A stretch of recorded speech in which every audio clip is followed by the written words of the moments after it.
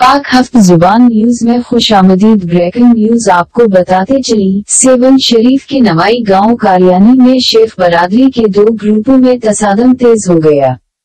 एक group doctor करम शेख और अनवर शेख और दूसरे ग्रुप उनके मामू और मामू के बेटे गांव के नेक शख्स निसार अहमद शेख की जमीन पर कब्जे जमाने के लिए मुतासिरा फरीक की तरफ से एहतजाज करके धरना दिया और गांव में फायरिंग की इत्लाआत का सिलसिला जारी है। कायदीन ने कहा कि डॉक्टर करम शेख और अनवर शेख हमारी जमीन पर ट्रैक्टर पर कब्जा करना चाहता है, जिसने गांव में खौफ व हरास फैलाया है।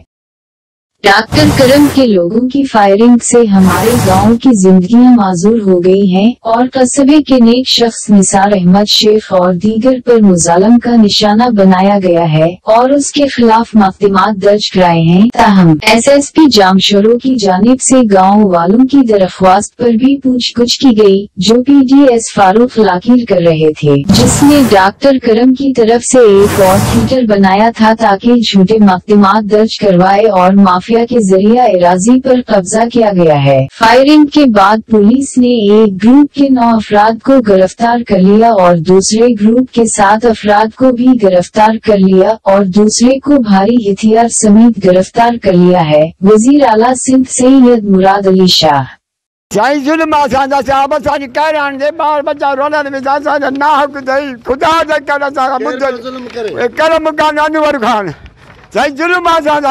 जुल्म थी क्या पुलिस मोक लगे पुलिस कूड़ा के चटा मां वरी कूड़र में छोटो कोंदा हुए प्यान ना के वरी ब्या हर ट्रैक्टर में जाजो गोजू है ट्रैक्टर के पानी में छोकरा किरी पाने ना बुडम जाला जा असा के का कवर जाना चाहिए को पकुटी जाऊ में जा खुदा जे ना जमीन से कब्जा जमीन जे जाजे कोजो के ना हर के हो बेचा नारा होने चाजो को ब्यो लाइक दादू जा रोल सा को चोरिया की बंदूक ना होगा ना को दई खुदा कार जाजी गाल बस करम अली ए अनवर अली खूनरेज़ी कराइण चाहिनि था। असां बस वारनि खे अपील था कयो त खुदा जे वास्ते फौरन एक्शन कयो वञे। बार बार असां एप्लीकेशनूं ॾियूं पिया, को बि तदारुक अञा कोन थियो आहे। जो बस वारनि खे अपील आहे त महिरबानी करे हिन जे ख़िलाफ़ का कार्रवाई कानूनी कई वञे। अॼु सुबुह जो डॉक्टर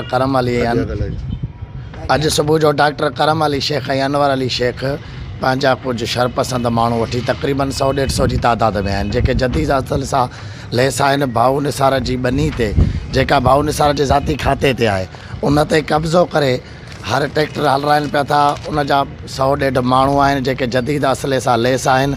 वक़्फ़े बाए वक़्फ़े फायरिंग बि कंदा रहनि था, वक़्फ़े बाए वक़्फ़े ॻोठ जे मुंहुं करे फायरिंग कंदा रहनि था। अफ़सोस जी ॻाल्हि इहा आहे त इन सॼे सिस्टम जी जांच DPO जामशोर खे असां दरख़्वास्त कईसीं ॻोठाणनि त बाबा ही रोज़ असांजे ॻोठ में मसला मसाइल आहिनि, इन जी फ्रेश जांच कराए असां ॻोठाणनि जो अमन बहाल करायो वञे। अॼु इहो थियो आहे 100-150 माण्हू आया आहिनि जदीद असले सां, जेके मुख़्तलिफ़ क़ौमुनि जा आहिनि। उहे अॼु ॻोठ कारणनि सॼे खे घेरो कयो वेठा आहिनि। भाऊ निसार जी ज़ाती ज़मीन ते कब्ज़ो करे ट्रैक्टर हलाइनि पिया था। ऐं ॿी ॻाल्हि इहा आहे त इन जी जांच कमेटी बि वेठल आहे। DPO जामशोरो असांजो बलोच साहिबु जावेद बलोच साहिबु रखी आहे फारूक लाखेर साहिब वटि। फारूक लाखेर साहिब वटि अञा जांच कमेटी हले पई थी। अॼु वरी नओं उर्बो शुरू थियो आहे। अलाह ख़ैर कंदो रब साईं। असांजी वसा वारनि खे अपील आहे त ही ॿाहिरियां माण्हू आहिनि, दहशत गर्द आहिनि। को ॻोठाणा 5 माण्हू मारे विझनि या 5 माण्हू ज़्यान थी पवे त इन्हनि खे केर बि पुछण वारो कोन्हे।